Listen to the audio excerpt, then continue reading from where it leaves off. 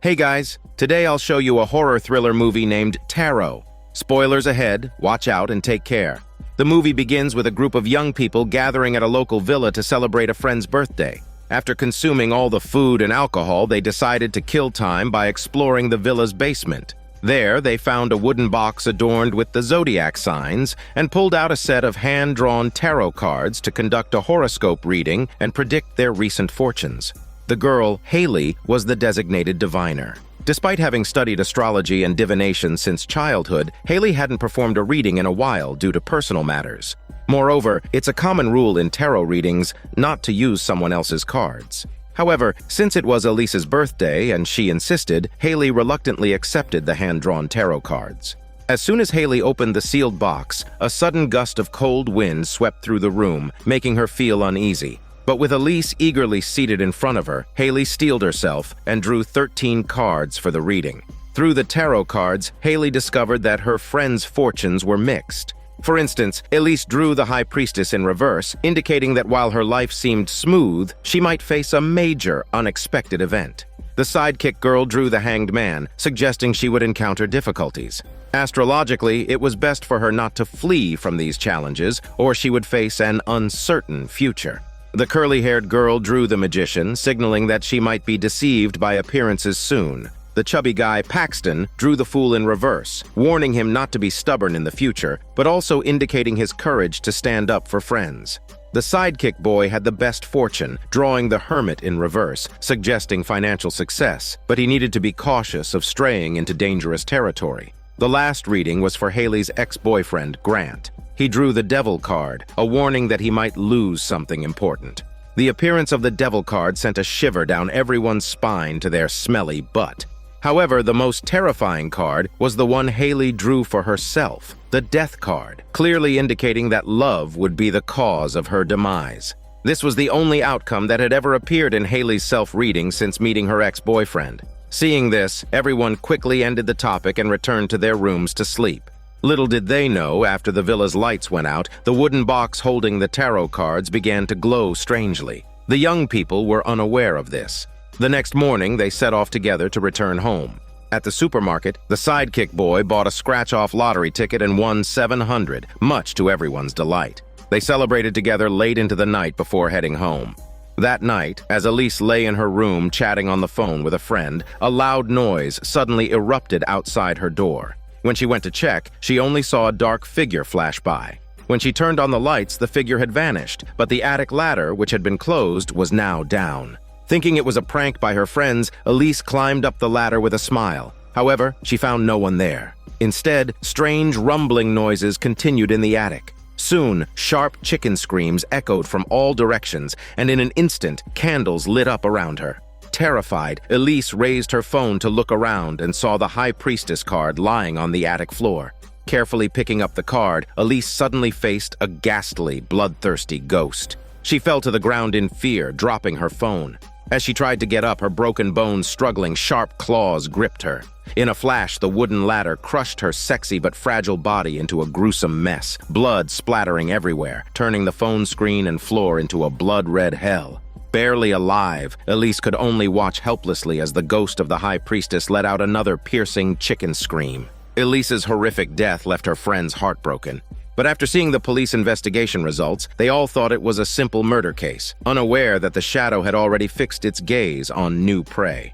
After Elise's funeral, the sidekick boy bid farewell to his girlfriend and headed home. As soon as he entered the subway station, the lights around him started flickering. Seeing this, he immediately ran towards the platform, only to find a strange figure standing at the end of the corridor as if awaiting someone's arrival. In a matter of moments, darkness began spreading from the figure, quickly engulfing the entire subway station. Witnessing this, the sidekick boy turned and fled for his shitty life, sprinting like a broken Tesla bike into the only lit area. It's a restricted zone. To his shock, he seemed to have entered a bizarre realm where the dilapidated space was suddenly filled with flashes of light and grotesque, twisted ghost faces appeared around him. Terrified and wet himself, he stumbled into an old train car, but the ghostly figure was relentless. In an instant, a speeding subway train struck him, reducing him to a gruesome potato mess. The police classified the case as a mystery because the restricted zone, marked clearly as an area for train operation, should have prevented any passengers from entering. The gruesome death of the sidekick boy in the restricted zone left the police baffled. Moreover, the recent brutal murder of Elise compounded the case's severity. The mysterious deaths of two friends from the same group left the police overwhelmed and the young people clueless about their friends' deaths. After taking statements, the police continued searching for leads. Haley originally wanted to wait for the police investigation results until she heard Paxton's speculation. What if these are murders? This made Haley realize that the fates of their two friends were eerily similar to the predictions from the tarot readings at the villa. Sure enough, Elise, who needed to be cautious of the future, was found dead beneath the attic. The sidekick boy, warned by the cards not to stray into restricted areas, inexplicably ended up in the subway's restricted zone, becoming a heap of meat on the tracks. Moreover, the sidekick boy's previous lottery win also corresponded with the tarot reading. Hearing Haley's theory, everyone became instantly serious. If Haley's suspicions were correct, it meant they were entangled in a supernatural event beyond their control, and the police would be of no help. They would have to rely on their own strength. Only Grant dismissed Haley's claims as smelly bullshit, arguing if tarot readings could cause bad luck, the fortune-telling industry would have vanished long ago. Unfortunately, no one paid him any attention. Everyone gathered around Paxton's computer, searching for information on supernatural tarot events. Seeing the numerous search results, they noticed that most were written by the same person, a professional fortune teller with documented communication with the spiritual realm. Grant immediately dismissed the credibility of this person, calling her a laughingstock in the fortune-telling community. Haley ignored her ex-boyfriend's comments and decided to drive to the fortune teller's residence. Given Grant's disdain for anything related to divination, Haley thought it better to pursue every possible lead instead of wasting time arguing. Grant reluctantly followed the group. The fortune teller lived relatively close, and they reached her home by afternoon. Initially, the fortune teller refused to see Haley until she learned the reason for their visit. The fortune teller suddenly opened the door, her face grim, and invited them in. She had been studying cases of death related to divination for years.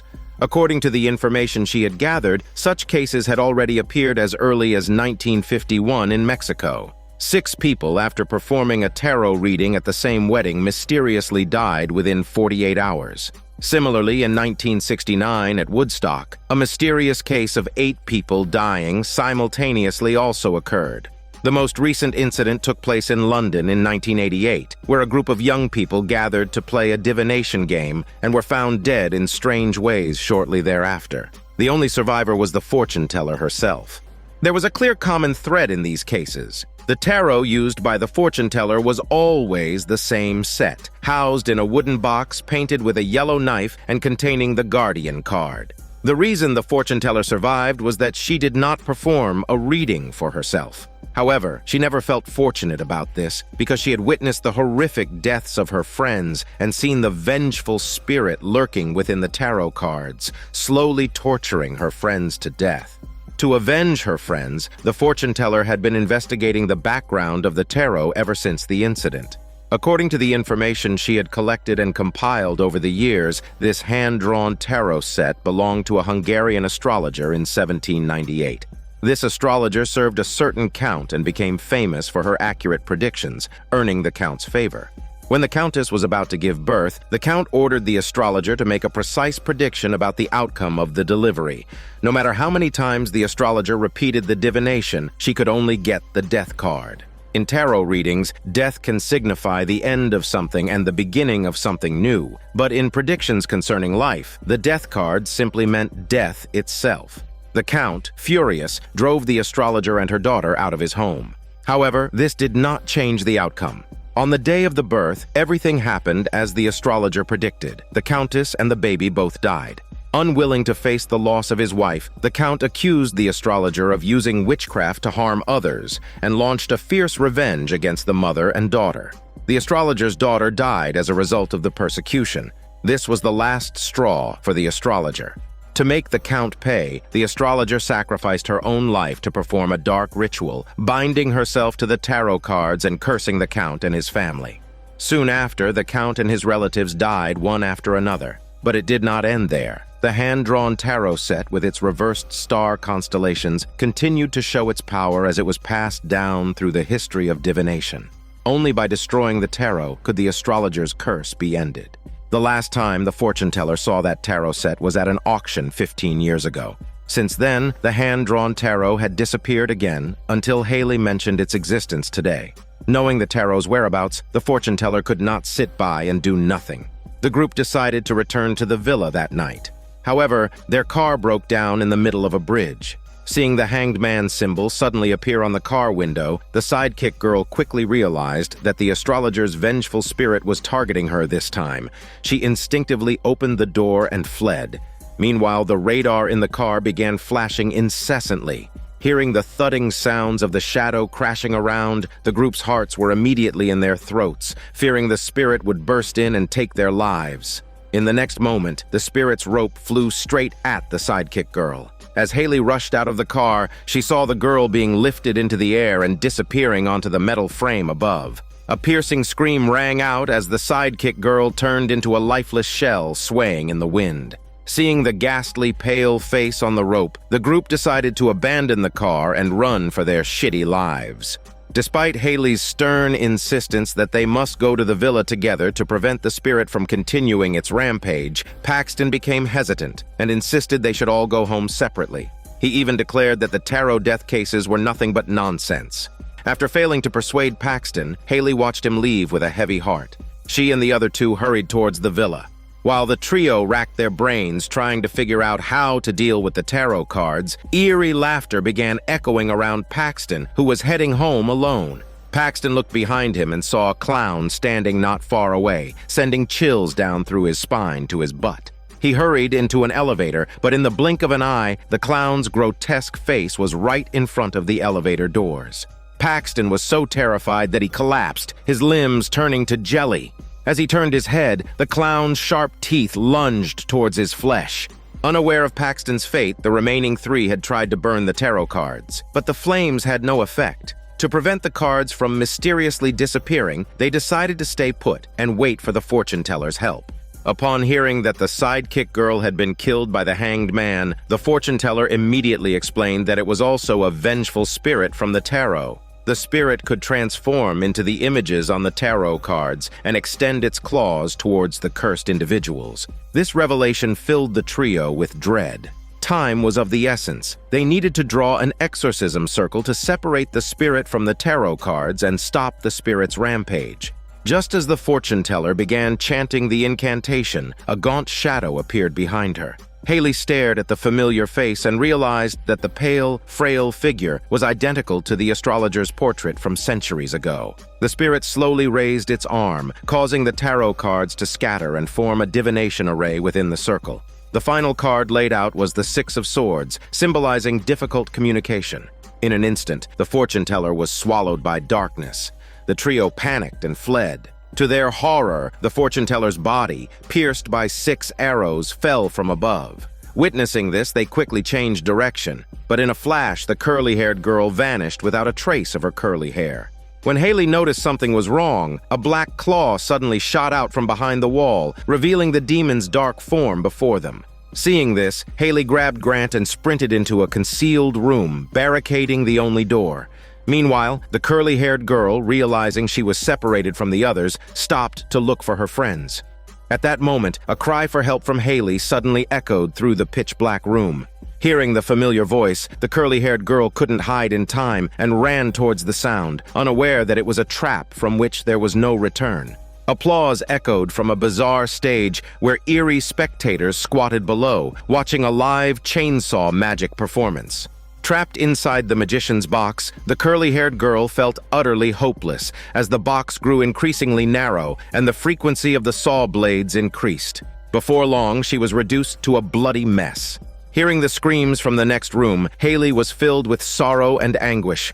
She realized that the vengeful spirit was claiming her friend's life, and she was powerless to save her dear companion. She and Grant could only sit in despair, awaiting their fate. Suddenly, Haley had an epiphany. If the tarot cards could equally curse everyone, theoretically, she could use the cards to curse the spirit itself. As they discussed this, a sudden crashing sound erupted, and in a flash, a claw snatched Grant away. Haley fled into a dressing room, but the eerie spirit had already manifested in the darkness. No matter which direction she ran, the spirit could find her. Just as the spirit grabbed her, Grant suddenly leaped out from the side and knocked the spirit down. Seizing the moment, Haley ran to the tarot deck and drew the death card for the spirit. Instantly, a black whirlwind swept through the room, and the spirit let out 7 agonizing screams before being dragged into the fiery abyss. This is Daniel CC Movie Channel. Stay safe and enjoy your day.